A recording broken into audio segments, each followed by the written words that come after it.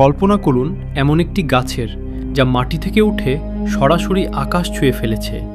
হ্যাঁ, আমরা কথা বলছি হাইপেরিয়ন গাছের, যা শুধু বিশ্বের সবচেয়ে উঁচু জীবন্ত গাছই নয়, বরং প্রকৃতির অন্যতম বিস্ময়কর সৃষ্টি। রেডউড ন্যাশনাল পার্কে অবস্থিত এই বিশাল গাছটি তার উচ্চতা এবং আকার দিয়ে যে কাউকে অভিভূত করে। এর গাছের গুড়ির প্রস্থ প্রায় 15 ফুট। হাইপেরিয়নের উচ্চতা প্রায় 380.1 ফুট, প্রায় 116 মিটার, যা একটি 38 তলা সুউচ্চ ভবনের সমান। এই গাছটির বয়স আনুমানিক 600 থেকে 800 বছরের মধ্যে, এবং শতাব্দীর পর শতাব্দী ধরে এটি আশেপাশের বন ও জীবজগতের নীরব সাক্ষী হয়ে দাঁড়িয়ে আছে।